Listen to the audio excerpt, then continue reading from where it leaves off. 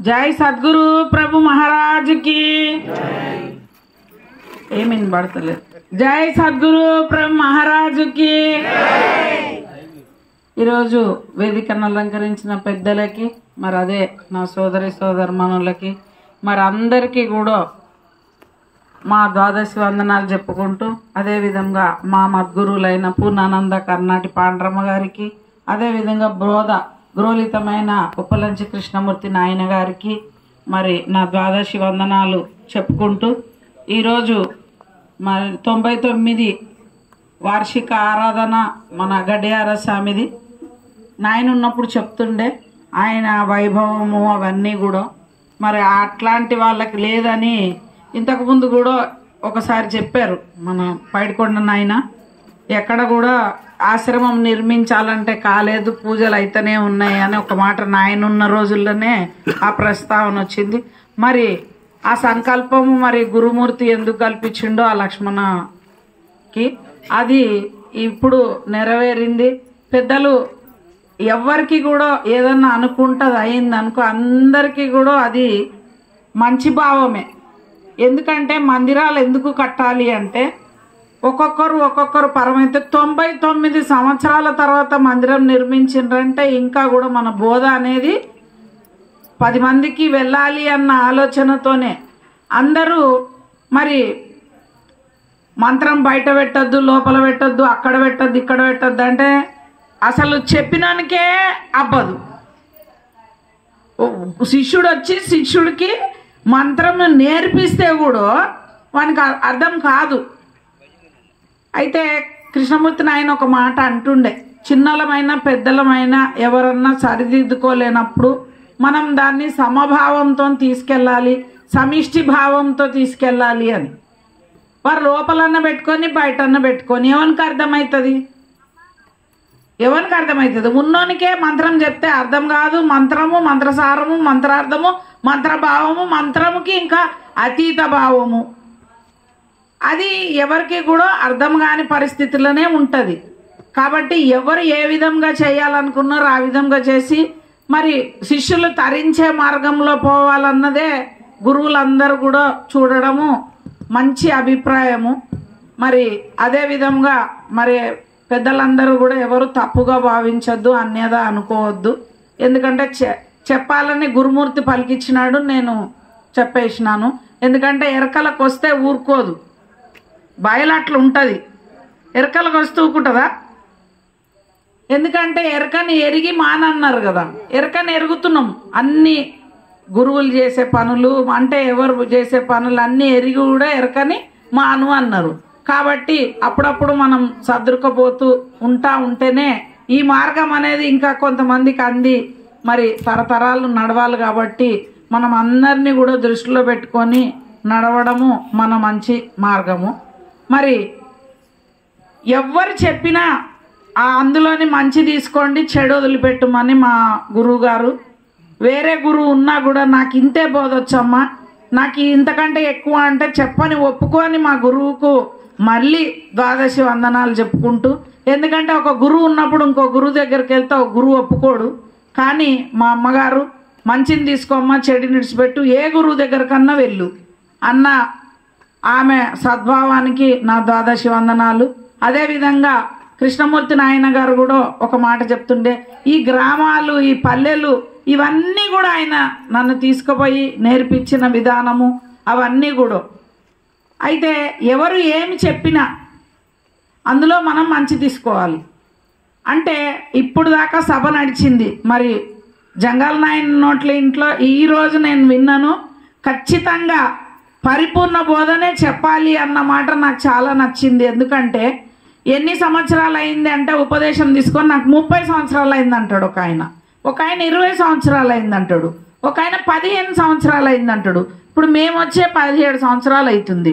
మరి వాళ్ళు ఇంకా 10 సంవత్సరాలు 12 సంవత్సరాలకే పరిపూర్ణ బోధ అవ్వకపోతే ఎప్పుడు వారికి దానము, ధర్మము, సగుణ ధ్యానము, ప్రతిమర్చన ఇవి ముక్తి దానమని మానవుల నరించ బయలు మాట్లాడదేమి ఎరుకే లేదు మాట్లాడేదేమి అవును కాదనక నీవనక నేననకొక్క మేనైనా తాగాక మితి మీరి ఉన్నది మాట్లాడదేమి ఎరుకే లేదు మాట్లాడేదేమి.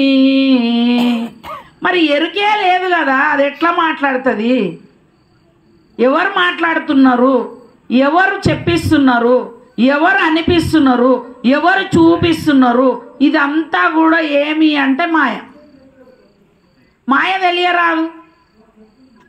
మాయ ముందు అసలు ఎరుక గురించి తెలుసుకుంటే కదా అది ఉన్నదని తెలిసేది. దానికోసం గురువులు ఇన్ని పద్ధతుల్లో చెప్పాల్సి వస్తుంది. మూలం లేని గుర్తెరిగే శరీరం ఏం లేదంటే ఎవరికి అర్థమైంది? అంటే ఎరిగే శరీరం లేదా, ఈ శరీరం లేదా, ఇది ఉన్నదా లోపలదా, ఇదా లోపలదా? మరి ఇది లోపలిది ఏది నడుపుతున్నది? మరి అదెవరు అడుగుతలేరు. ఎంతసేపు ఈ శరీరము లోపల శరీరము మూలం లేని గుర్తెరిగే శరీరం అంటున్నావు. మూలం లేని గుర్తెరిగే శరీరం అంటే మూలం ఏంది, దానికి గుర్తేంటి, అది ఎరిగేదేంటి, ఆ శరీరం ఏంటి? అది దీక్షితుల వారు ఏమంటే పంచభూతాలు ఉన్నాయి కదా, మరి ఆత్మ అంటే మరి ఈ పంచభూతాల్లో ఆత్మలో ఉన్నాయంటే మరి ఆత్మ ఎందులో ఉన్నది? ఆయన విచారణ అక్కడ చేశాడు. అంతటోళ్ళ మనం అవుతామా? అంటే ఆయన ఎంత విచారణ చేస్తే ఆయన అన్ని వేదాలు ఏమేమి ఉన్నాయో అన్నీ చేసి ఆయన చూర్ణిక రాసి ఇంకేమేమేమేమో అన్ని పండిత పామరులు చేసే పనులన్నీ చేసి ఈ 5 కూడా విచారించి ఆత్మ అంటే ఆత్మకి ఏంటి, ఆత్మకు అతీతమైనది ఏంది, ఆ భావం ఏంది అన్నది ఆయన. అప్పుడు దానికి ఇవన్నీ వెతికితే దానికి మూలం లేదని ఆయన గ్రహించి మూలం లేని గుర్తెరిగే శరీరం ఏమీ లేదని సాంస్క్రిట్లో చెప్తే ఎవరికి అర్థం కాదు అని ఆయన అంత చక్కని మాట చెప్పిండు. ఎన్నిసార్లు అనుకోవాలి అంటే ఏమి తెలియనోడు కూడా రోజుకు 3000 సార్లు అనుకోమన్నాడు. రోజుకు 3000 సార్లు అనుకోమన్నాడు. ఈరోజు నేను మాట్లాడుతున్నాను అంటే నేననేది ఏం మాట్లాడుతుంది? నేనే మాట్లాడుతుంది. ఎవరిని అడిగినా కూడా నువ్వెవరు అంటే నేను పలానా అని చెప్తారు, లేదంటే వాళ్ళ పేరు చెప్తారు. నేననేది ఎవరు విచారించిండ్రు అంటే దీక్షితుల వారు క్షుణ్ణంగా నువ్వేంటి, నేనేంటి, తానేంటి, మరి తానెవరు అన్న విచారణ కూడా మనము గురువుల దగ్గర చెయ్యాలి. చేస్తే ఆ తానెవరు అంటే తాను కూడా అవతలుంటే ఆడికి తెలియలేదనుకో తల పోసుకుంటాడు పో అంటాడు. అంటే మనం ఆ స్థితికి ఎప్పుడైతే చేరగలుగుతామో అప్పుడు ఈ పరిపూర్ణ బోధ అనేది మనకి దొరుకుతుంది. అదే కృష్ణప్రభు గారు కూడా ఏమంటారో వినుము నేననొచ్చు ఎరిగే తనువందు బయలు లేక తానిండినదో కనుగొని ఈ తనువు నింటే విడనాడుమోయి ఈ పనికి ఇంకా గడువేలనోయి. అంటే ఆ పని ఏంటి, మనం వచ్చిన పని ఏంది, మనం పోయే పని ఏంది, ఈ పని ఏంది అంటే నీకు తెలియలేదనుకో అప్పుడు శివరాములు చేసిన అచల గ్రంథం అంతా కనుగొను అన్నాడు. కనుగొనాలంటే మనసు అందుకనే ఫస్ట్లోనే చెప్పిండ్రు జనులార జనన మరణంలో తొలగంజోయజాలు లక్షణయుతమై వినువారికి కనువారికి. అప్పుడు ఆ బోధ అనేది మనకి పడుతుంది అని ఆ ఫస్ట్ది లాస్ట్కి తీసుకొచ్చి ఆ విధంగా పెద్దలు మనకు ఎంతో విచారంగా చెప్పి చూపించిందని అప్ప నువ్వు ఎరిగినవా, ఎట్లుంది బిడ్డ, అది తెల్లగుందా, నల్లగుందా, ఎర్రగుందా, ఎట్లుందా అంటే ఏం చెప్తాడు? పెద్దదా, చిన్నదా, ఎట్లుంది అని అంటే మౌనంగా అయిపోతాడు. అంటే అది చెప్పి చూపించరా అనేది, చూపరా అనేది, చూపించిన అంటే ఎరికే, చూసిన అంటే ఎరికే, చూపరా అనేది చూపించిన అంటే ఏం చూస్తాడు? దానికి కృష్ణప్రభు కన్నుల పక్కన వేళ్ళడి తిన్నగపురు మధ్యం ఉన్నది, అది చూస్తే ఏందైంది, ఎరకైపోయింది. అందుకని ఇవన్నీ కూడా పెద్దలు విచారించి మనకెంతో చక్కని బోధన అందించినారు కాబట్టి మనము కూడా ఆ పద్ధతిలో వెళ్తేనే ఈ పద్ధతి అనేది దొరుకుతుంది. కానీ కొంతమంది ఏం చేస్తారంటే కొంతమందికి భజనలు ఇష్టం ఉంటుంది, భజన రూపంలో కూడా చెప్తుంటారు.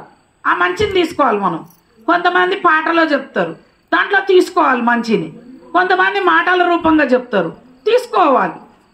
ఏది తీసుకున్నా లాస్ట్కి ఏమున్నదంటే మూలం లేని గుర్తెరిగే శరీరం ఏమీ లేదు, ఏమీ లేదు, ఏమీ లేదు, ఏమీ లేదురా అనేదే లేకపోతే ఏమీ లేదురా అని మనము తెలుసుకొని తరించాలని నాకు ఈ సమయం ఇచ్చిన జంగల్ నాయన గారికి అందరికీ ద్వాదశి వందనాలు చెప్పుకుంటూ ముగించుకుంటాను.